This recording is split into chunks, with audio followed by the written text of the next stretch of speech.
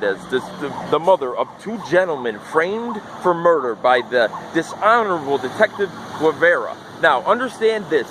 In Illinois, Governor Ryan rolled back the death penalty because there was people found to be on death row that were innocent through DNA evidence. DNA evidence had proved that. There was one very, very famous case, the Janine Nicarico case, a girl in the western suburbs who was kidnapped, I want to say raped and killed when she stayed home sick from school. I want to say that's the merits of that case.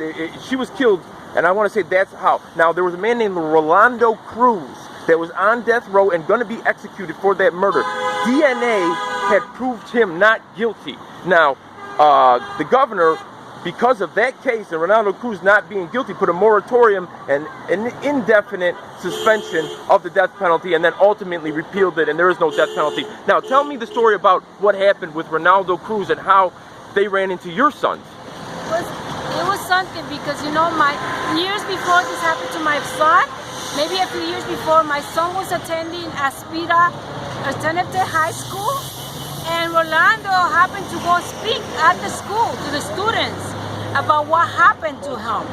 So my son really took it really hard. He came home and he said, "Mom, man, I can't believe, you know, this young man, he got wrongfully convicted for a crime that he didn't do. This is my son. He was at that school." So he came home to tell me about it, and I said, "Oh my God, that is so awful, you know." And come to know that right after a few years later, my son gets Oh my God, what a cruel twist of fate. So Rosando Cruz is let out of jail by Governor Ryan, left off death row. He goes around his school speaking. This gentleman, her son, Rosando Hernandez, hears that. It hits him so hard to the core that he goes home and tells his mother about it, that he cannot believe somebody was convicted of a crime that they did not commit. And it was how many years later that he found himself in the exact same position? 3 years later. Only 3 years later, in 1997, that he himself was in the exact same position. Ladies and gentlemen, that is 22 years ago. 22 years ago. Look up Detective Guevara. Look him up for yourself. Show the back of that. These are all the people that are under investigation or that got convicted under Detective Guevara, that there is a possibility of them being released.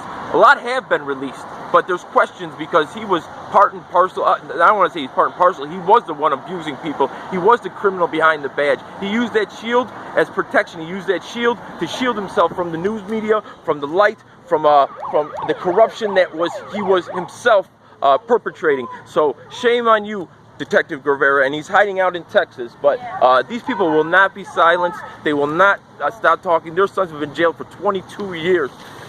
This is not going to stop. So, ma'am, I apologize for what happened on behalf of America, I guess I can say, but hopefully justice will prevail and your sons will